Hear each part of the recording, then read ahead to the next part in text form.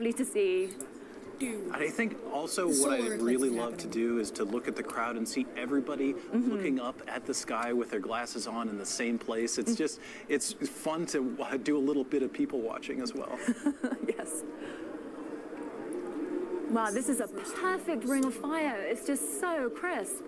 Yeah, it's fantastic. I'm so excited for the science that is going to be coming out of this too. Of course, I always come back to the science, and this opportunity to have the moon covered to this extent is going to provide us really amazing data about how the sun and moon and Earth how they interact with each other.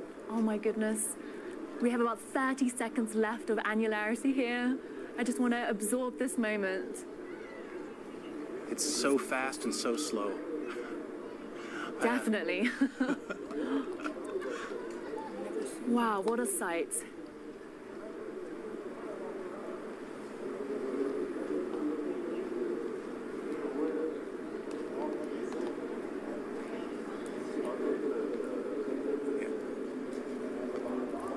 Sometimes you just have to take a moment to take it in. Yes. Oh my goodness. Well, we have a few more seconds left of annularity in Albuquerque. Yeah, we're closing down on the last little bit. See if you can see a Bailey's bead possibly popping up right as that edge of the moon it aligns with the edge of the sun.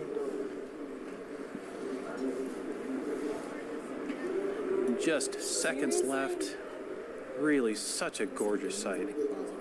It really is. Oh. That is going to be a moment to remember. Absolutely. So Kerbal is going to be experiencing this very, very soon. So let's head back to them in Kerbal, Texas to see what they're up to. Oh, I mean, Joy and Michael, like, I got goosebumps watching you experience annularity, and Gina, like, that is about to be us soon. It's true. I mean, so Tahira, we're about 550 miles away from them, and we will have annularity in about 10 minutes because, as Michael said, the moon's shadow is traveling more than 1,000 miles an hour. Everyone's so excited. Yeah, as you can see, the crowd is just getting excited for today's opportunity. And folks, it's starting to get dimmer here. Like, it is going to be amazing. Yeah. So, Gina, other than sheer beauty, why do we observe eclipses at NASA? Well, NASA can learn a ton of different science from the eclipses. So let's talk about exoplanets for a second, because when we study exoplanets, we are actually using eclipses. The planet itself is passing in front of its host star, and so we can learn about the exoplanets. There are eclipses on other planets in our solar system that we can study, but here on Earth, the science that we're able to do will inform us about the upper atmosphere and how it responds to the sun. So really understanding kind of that sun-Earth connection. We can do lunar science as well, and of course, solar science, learning more about the sun.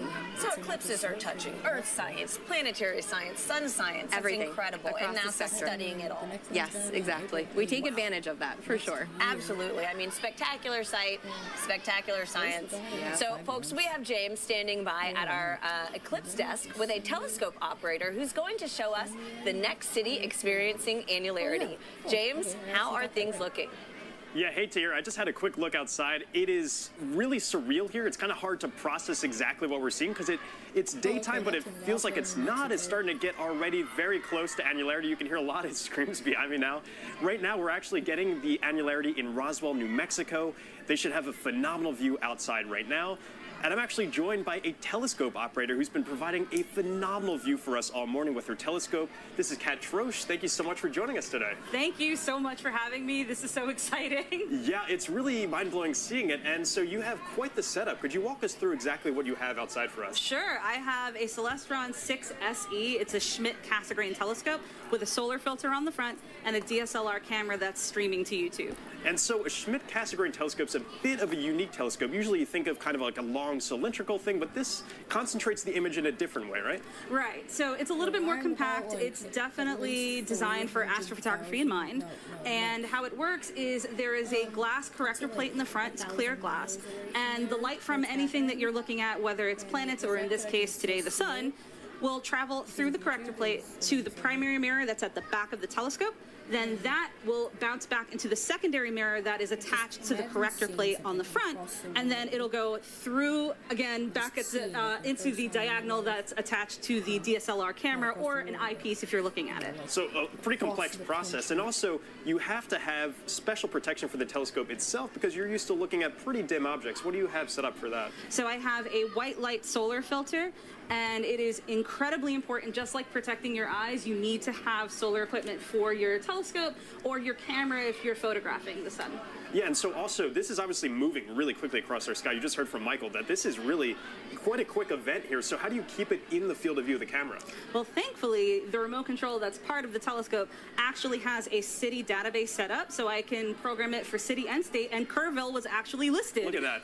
Very awesome. And yes, so you can see it's already moving very quickly towards us. This is where annularity is going to be currently taking place. You can see we're next in line here, coming up in just a little bit. So very excited to continue tracking this across our skies. Thank you so much for providing this awesome view for us all morning. You can really see it's really getting close now. It's got this beautiful crescent to it. Usually we're used to a crescent moon. We've got a crescent sun today. I mean, really awesome. And in just a few moments, we're going to have the Ring of Fire of Annularity. Very excited to have that. Thank you so much for joining us, Kat. Thank you. And back to you, Tahira. Thanks, James and Kat. Now, we have about 6-ish minutes, 6:30, until annularity makes its way here to Kerrville, Texas. As you can hear, the anticipation is high. They're so excited. And so, Gina, as we count down to the big moment, let's take a few social questions. Let's do it. Okay, so we have something to see here on X, who asks, am I seeing a couple of sunspots on the telescope feed? Yes, so you are seeing some sunspots. As I look at the live feed, maybe not so much right now because the moon is blocking most of the sun. But when the moon wasn't covering as much of our sunspots, which are areas of really intense magnetic fields, and the surface of the sun is actually cooler, which is why they appear darker than the rest of the bright sun that we see. Now, we heard a little bit about space weather and some of that solar activity that's coming towards Earth during, you know, some of the sunspots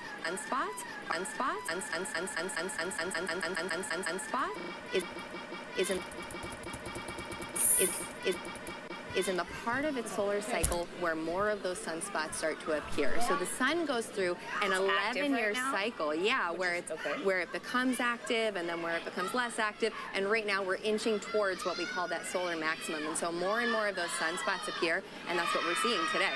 That is incredible. And I mean, again, talk about activity. Gina, this crowd right now, like, folks, if you could see it, I don't know if you, exactly.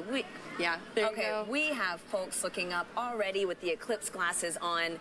You see the live telescope feed in your on the screen right now. We are moments away. What I think is super cool, we've even got some folks out here with their own telescopes and cameras to really capture this spectacular event. And so, again, it looks like we've got about 4 minutes. The crowd is growing, and I'm interested to see how everything kind of calms down too. So we'll see. Gina, I have another question. This is from Baron on YouTube, who asks, does a solar eclipse have a material impact on the atmosphere? Oh, I love this question, because with the eclipse, we really are trying to understand the sun, Earth can almost think. We often, you know, experience the eclipse is almost able to turn off and on the sun. So I mean, even right now, we were blasted with the sun earlier, and now it's just chilly. Like it's darker. And so it's the upper atmosphere that we're really interested in understanding, and the energy and the radiation from the sun creates what we call the ionosphere, this upper part of the atmosphere that's filled with charged particles. And so when the sun's radiation is not hitting the atmosphere, that ionosphere, it changes in its density, its temperature, and we're really trying to understand those changes, and the eclipse gives us that opportunity to really turn the sun on and off, which we can't do in any little other experiment circumstance. That honestly all of us also get to be a part of. Right? So that's really cool. It is. Thanks, Gina. So our next question is from Hunter on YouTube, who asks, what just happened? Does the solar eclipse... Great question, Hunter. So today, as we're experiencing a solar eclipse, that means that the moon is between the sun and the earth. Now, the lunar eclipse that can take place is when the moon is actually on the other side of the Earth. And so today we're experiencing that solar eclipse, and we see that the moon is very dark. And it looks like, too, we're getting a live feed. Looking at that feed. All of another annularity taking place right now. Odessa, Texas. Wow.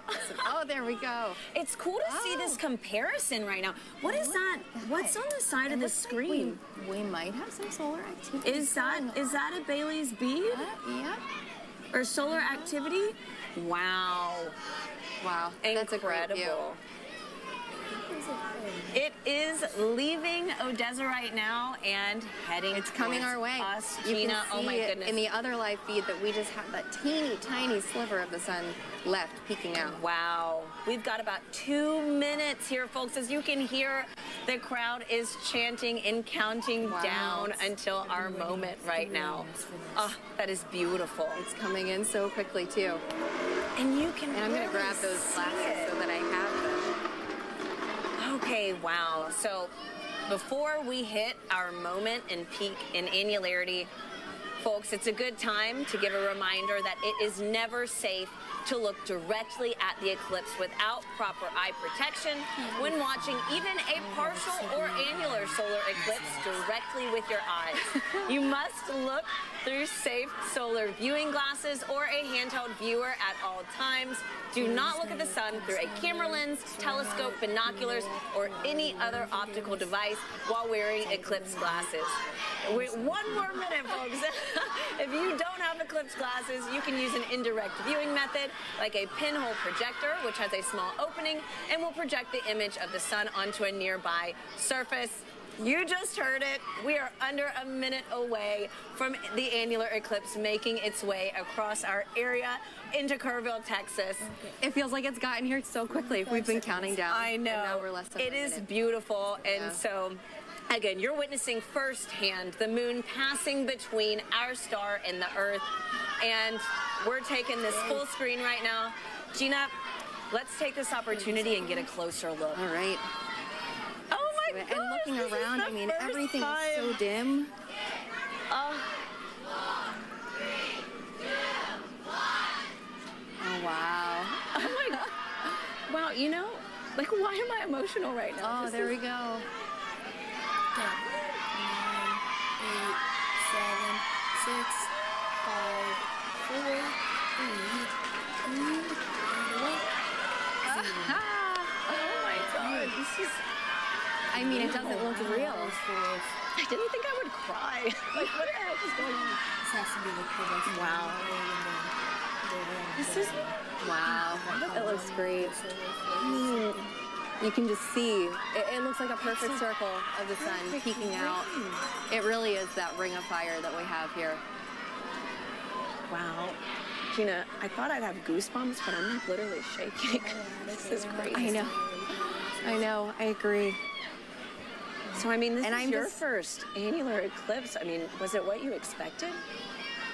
It is to hear, I mean, we've seen all of the photos from previous annular eclipses, but just as I look again, I mean, it's incredible how the moon and the sun are able to line up like this. And again, I mean, the moon is way smaller than the sun, but right now it's really giving it a run for its money. It is, yeah. Why is that? Well, so a little fun fact about our moon that's pretty incredible. It's 400 times smaller than the sun, but it's also 400 times closer to the Earth. No and way, that 400 and 400 is 400? the magic number here, yeah. The fact that 400 and 400, that means in the sky, the moon and the sun appear to be the same size. And that is unique to us on Earth. No other planet in our solar system has that ratio that makes it so special. So you're saying that if we viewed an eclipse on another planet, it wouldn't look like this? It wouldn't. I mean, I'm sure it would be great to see, but it would not look as spectacular as this. Wow, okay, I'm gonna turn behind me really fast. Yeah, looking around. And you can just see everything. The shadows are a little bit different. It's dim. You get this hazy feeling, but the sky is still blue. That's what's strange about it. Oh, it's so sweet. We've got parents like holding little eclipse glasses on their kids to look up. This is just it's really amazing how just like, I don't know, a natural phenomenon can really make the world pause for a second. Great. Wow. You heard the cheering, and now it's I know, quiet now again it's as people quiet. are just looking. And so for us, this is going to last about 4 minutes until it crosses, right?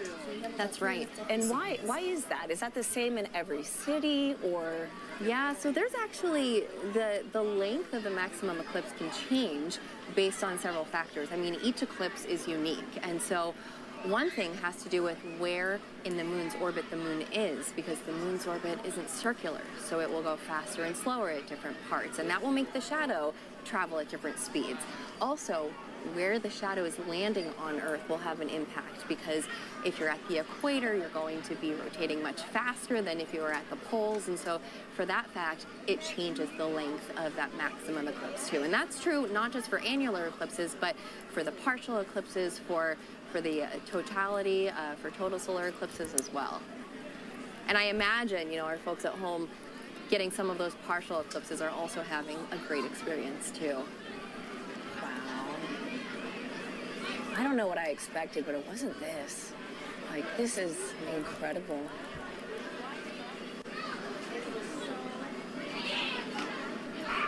And so, Gina, I'm sure, I mean, you're in heliophysics, sun science. I'm sure some of your teams are studying today's eclipse. Like, Oh yeah, what? absolutely.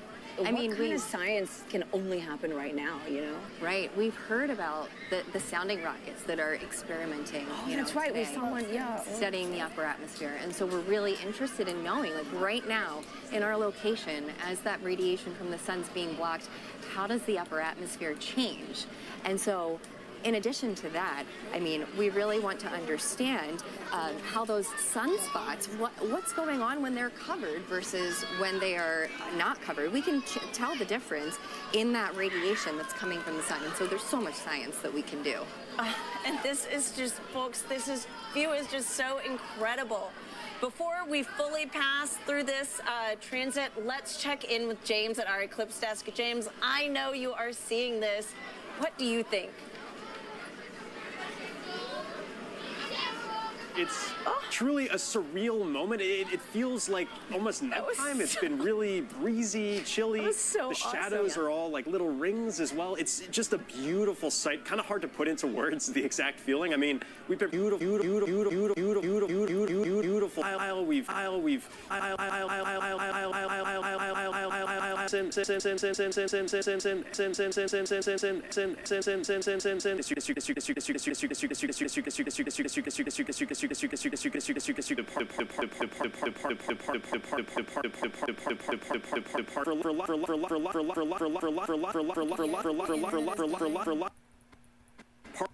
Partial eclipse is affecting still a large part of the region. You can see this whole area that's highlighted here in the larger ellipse here. That's all being affected still by that partial eclipse. And you can see on our track that this is going to continue moving further southeast all the way into parts of South America before the morning's over. It's been just incredible tracking this. And actually, Kerrville, we're in the path of the total solar eclipse for next year. So if I turn on the path for next year, you can see X marks the spot here in Kerrville. We're going to be coming right back here to witness this incredible cosmic event once again, getting that incredible view. Just really, again, very hard to put into words just how amazing this is. Let me pull up a map of the limit. Just a stunning experience, and it's been an honor to be here with you this morning, tracking this event as it's moved across. We started the morning in Eugene, Oregon. Now it has arrived and already passed us in Kerrville. I'll continue to track it for a little bit longer here, but for now, back to you, Tahira. Thank you, James. And folks, this is just the beginning. Today's event kickstarts NASA's Heliophysics Big Year, which is a year where we're encouraging people to do as many sun-related activities as possible in the lead up to next year's total solar eclipse. Now, Joy and Michael in Albuquerque are going to share some of the ways you can play a part. Joy, what can we look forward to? Now that the annular eclipse is here, the fun has just begun. So today is the official launch of NASA's Heliophysics Big Year. This is a year-long celebration of solar science, and it's modeled after the Big Year concept from citizen scientists in the bird watching community. So they're challenged to see as many birds as they can, but in the heliophysics Big Year, we're challenging you to do as many sun science-related activities as possible. And so one way to participate is through NASA's citizen science projects. Here are a few sun-related ones you could join. A lot of people like this. Did you know that you can participate in solar eclipse science with NASA? NASA's citizen science projects are collaborations between scientists and members of the public, no matter your citizenship. Several volunteer science projects are gearing up for the 2024 total solar eclipse that you can join. Total solar eclipses don't just look cool, they provide a rare chance to see the sun's faint outer atmosphere. Using telescopes and cameras that are safe for viewing the sun, volunteer scientists across North America will capture images of the total solar eclipse. Scientists will study these images in detail, tracking how plumes of solar material move through the sun's atmosphere. But be careful, without proper tools and techniques, you can damage your eyes and your camera. Did you know you can listen to an eclipse too? Amateur or ham radio operators will send radio messages to one another during the eclipse to see how changes in the upper atmosphere distort radio signals. As the moon blocks one portion of the sun, it can make other portions easier to see. Working with local scientists at an observatory in Southern California, participants will observe magnetic hotspots on the sun as the moon passes over them, revealing details they normally can't detect. Want to learn more? Follow Do NASA Science on X and Facebook to see how you can get involved in NASA citizen science. So as you can see in the telescope view, the moon is now moving away from the sun, which is really, really amazing that we're still seeing this partial eclipse. Absolutely. I think I can see a sunspot in there too.